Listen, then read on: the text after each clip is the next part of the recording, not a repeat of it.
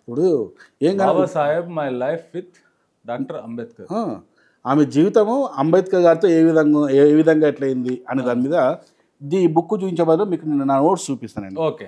ఇందులో ఉన్న పేజ్ నెంబర్తో సహా నేను చెప్తాను. ఇందులో సింపుల్గా చెప్పాలంటే ఈమె ఎప్పుడు మన సవితా అంబేద్కర్ గారు ఎప్పుడైతే పెళ్లి చేసుకున్నారో, మ్యారేజ్ ఎప్పుడు అయిందంటే 1947లో మ్యారేజ్ అయింది. మ్యారేజ్ అయిన తర్వాత సెకండ్ మ్యారేజ్ అయింది. అప్పటికి ఫస్ట్ ఆవిడ వైఫ్ చనిపోయారు. అప్పటికి చనిపోయి చాలా రోజులు అయిపోతుంది అప్పటికే. తర్వాత ఈవిడ డాక్టర్ ఎప్పుడయ్యారు, తర్వాత గుజరాత్లో వెళ్ళి జాబ్ చేయడము, ఆ తర్వాత ఫస్ట్ టైం అంబేద్కర్ గారిని కలవడం. మొట్టమొదటిసారి అంబేద్కర్ని ఎప్పుడు కలిశారంటే 1947లో కలిశారనమాట.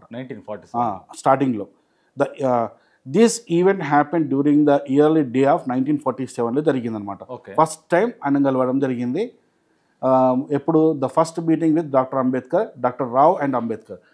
డాక్టర్ రావ్ గారు అని చెప్పేసి ఈయన కూడా ఒక ఎకనామిస్ట్, ఈయన కూడా ఒక స్కాలర్ అనమాట, డాక్టర్ అనమాట. ఈయన డాక్టర్ అంటే ఎంబీబీఎస్ కాదు, స్కాలర్ అనమాట.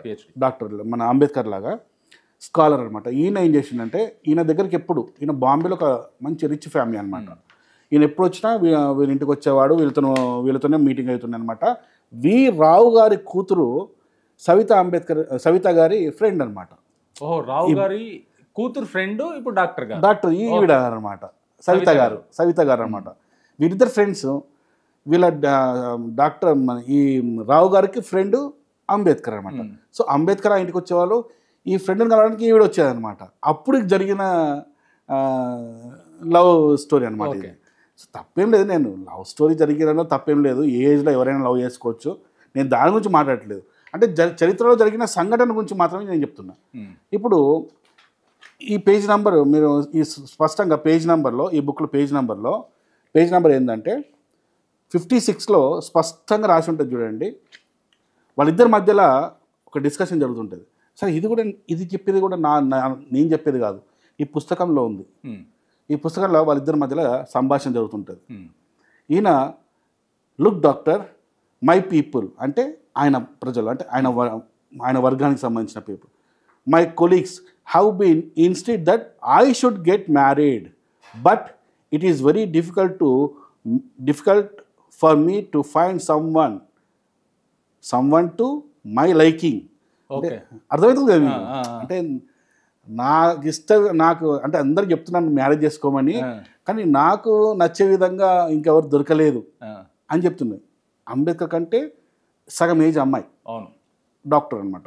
ఆమె ట్రీట్మెంట్ చేస్తుండే ఆమె అంబేద్కర్ గారికి అని చెప్పి చూడండి, స్పష్టంగా ఉంటుంది చూడండి. అంబేద్కర్, సవిత గారు ఇలా మధ్యలో చర్చలు అనమాట. ఇవన్నీ చర్చలు చేసుకుంటూ లాస్ట్కి ఒకసారికి ఇవన్నీ కూడా ఎక్కడ కనబడతాయి అంటే ఇదే పుస్తకంలో పేజ్ నెంబర్ 56లో కనబడతాయి మనకు. 51 to 56 మధ్యలో కనబడుతుంటాయి మనకు. సరే, ఆయన లవ్ చేసుకోవడం, ఇద్దరు అంబేద్కర్ గారు ఫస్ట్ ప్రపోజల్ చేయడము, ఆమె ఫస్ట్ ఒప్పుకోకపోవడము, సేమ్ ఒక ప్రపోజ్ జరిగిందన్న ఫస్ట్ అంటే చెప్తాడు అనమాట. ఒక లెటర్ పంపిస్తాడు ఆమెకు, ఒక లెటర్ ఇస్తాడు ఆమెకు, మేడంకు లెటర్ ఇస్తాడు, లవ్ లెటర్ రాసి ఇస్తాడు అనమాట. అంటే ఇవ్వడం అనుకుంటే డైరెక్ట్ ఇవ్వడు, ఢిల్లీ నుంచి పోస్ట్లో పంపిస్తాడు. ఆ లెటర్ రాగానే చదివి ఏ నిర్ణయం తీసుకున్నా మీకు అర్థం కాక వెళ్ళి వాళ్ళ బ్రదర్కి చెప్తుంది, ఇట్లా సంగతి ప్రపోజల్ చేసిండు అని చెప్తే ఆలోచించుకోమని చెప్తారు. ఈమె కూడా ఏంటంటే మళ్ళీ వాళ్ళ బ్రదర్ ఒక మాట చెప్తాడు, ఏంటంటే నువ్వు ఒకవేళ ఒప్పుకోలే అనుకో మ్యారేజ్కి, ఆయన మ్యారేజ్ చేసుకోరని చెప్పి నువ్వు ఒప్పుకోలే అనుకోండి, ఈ అంబేద్కర్ అప్పుడు కూడా జై భీమ్ అంటుండే అనమాట. అంబేద్కర్ బ్రతుకున్నప్పుడే జై భీమ్ అనేవాళ్ళు. ఈ అంబేద్కర్ ఫాలోవర్స్ నేను ఏమైనా చేయొచ్చు, అది కూడా అవకాశం ఉందని చెప్పేసి స్పష్టంగా ఉన్నాయండి. ఆ మాటలన్నీ ఉన్నాయి ఇందులో. మా అన్న ఇలా అన్నాడు అని చెప్పి స్పష్టంగా రాసిన పేజీలో ప్రతి ఇది కనుక చదివితే క్లియర్ కడు తెలిసిపోతుంది మనకు ఈ పుస్తకం. సో ఇది ఏది కూడా మరీ చెప్తున్నా, ఇది ఏవి కూడా నా సొంత వాక్యాలు కావు, ఈ పుస్తకంలో ఉన్న పదాలు మాత్రమే నేను వాడుతున్నాను ఇక్కడ. సో చెప్పడం వల్ల లాస్ట్కు మ్యారేజ్ జరుగుతుంది. మ్యారేజ్ కూడా ఎక్కడ జరుగుతుంది అంటే ఢిల్లీలో అధికార నివాసం. ఈయన లా మినిస్టర్ కదా అప్పుడు, లా మినిస్టర్ కదా, అలాగే డ్రాఫ్టింగ్ కమిటీ చైర్మన్. ఈయనకు అధికార నివాసం ఉంది ఢిల్లీలో. ఆ అధికార నివాసంలో మీ మ్యారేజ్ అవుతుంది. అయిన తర్వాత మ్యారేజ్ అయిపోగానే మళ్ళీ వాళ్ళు అదే రోజు సాయంత్రం సర్దార్ వల్లభాయ్ పటేల్ దగ్గరికి వెళ్తారు. సర్దార్ వల్లభాయ్ పటేల్ ఆశీర్వాదాలు తీసుకుంటారు, బ్లెస్సింగ్స్ తీసుకుంటారు. ఆయన కూడా గ్రీటింగ్స్ చెప్తారు, హ్యాపీగా ఉండమని చెప్తాడు. మళ్ళీ వచ్చేసిన తర్వాత మళ్ళీ వీళ్ళిద్దరు కలిసి హనీమూన్ కూడా వెళ్తారు. ఈ హనీమూన్ కూడా నేను చెప్పట్లేదండి బాబు, ఇంట్లో చూపిస్తాను మీకు, పేజ్ నెంబర్ చూపిస్తాను మీకు. ఇగో అంబేద్కర్ గారి హనీమూన్ అని చెప్పి ఉంది చూడండి, హనీమూన్ వెళ్తారు. హనీమూన్ దీనికి రిఫరెన్స్లు కూడా మీకు చెప్తున్నా. ఇదే బుక్లో పేజ్ నెంబర్ 106 నుంచి 107 ఉన్నది. అలాగే ఆ హనీమూన్ వెళ్ళినప్పుడు ఆయనకు ఒక విఐపి కలుస్తాడు. ఓకే. ఆ విఐపి ఎవరంటే Meharchand Mahajan, former chief justice of India. ఆ రోజు చీఫ్ జస్టిస్ ఆయన కూడా ఆయన ఫ్యామిలీతోని సరదాగా అక్కడికి వస్తాడనమాట. వాళ్ళిద్దరి మధ్యలో డిస్కషన్ జరుగుతాయి. ఆ డిస్కషన్స్ ఎక్కడ కనబడతాయి అంటే ఈ ఫార్మర్ జస్టిస్ రాసిన బయోగ్రఫీ ఉంటుంది కదా, ఆ బుక్ పేరు ఏదంటే లుకింగ్ బ్యాక్ పుస్తకం పేరు. లుకింగ్ బ్యాక్ అనే పుస్తకంలో ఆయన పేజ్ నెంబర్ 190లో 190లో ఆయన రాశాడు. ఆయన కూడా రాశాడు అంబేద్కర్ గారు కొత్తగా మ్యారేజ్ చేసుకొని హనీమూన్కి వచ్చారు సవిత గారితో అని చెప్పేసి. అథెంటికేషన్ ఇక్కడ లేకుండా దాంట్లో కూడా ఉంది, అక్కడ కూడా అథెంటికేషన్ ఉంది.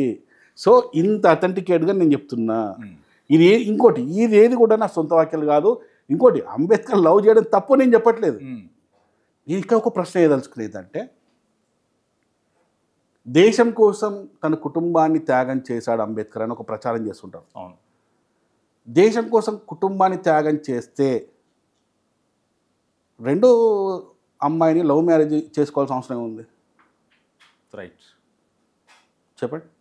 అంటే సహజంగానే ఆయన భార్య కావచ్చు, పిల్లలు కావచ్చు చనిపోయారు తప్పించి దేశం కోసం చనిపోయారని చెప్పేసి ఏ విధంగా చెప్తారు? ఒక దేశం కోసమే తన కుటుంబాన్ని త్యాగం చేసిన మనిషి రెండోసారి లవ్ మ్యారేజ్ ఎందుకు చేసుకుంటాడు అనేది నా ప్రశ్న. మరి తను ప్రపోజ్ చేసి టైం ఇచ్చి, అంటే ఆ అమ్మాయి ప్రపోజ్ చేయలేదు, సవిత గారికి ప్రపోజ్ చేయలేదు, అంబేద్కర్ గారే ప్రపోజ్ చేశారు. అంబేద్కర్ గారే లవ్ లెటర్ రాశారు. అంటే మొదటి కుటుంబం దేశం కోసం చనిపోయిందని అనుకుంటున్నప్పుడు ఈయన ఎందుకు జరగాల మరి ఆయన లైఫ్లో? జరగద్దు కదా, అసలు పాటే ఉండద్దు కదా ఆయనకు లైఫ్లో. ఎందుకు వచ్చింది మరి? అంటే అంబేద్కర్ ప్రచారం చేస్తుంది రాంగ్, అది సహజంగా జరిగిన మరణాలు అవి అనేది నేను చెప్పదలుచుకున్నాను.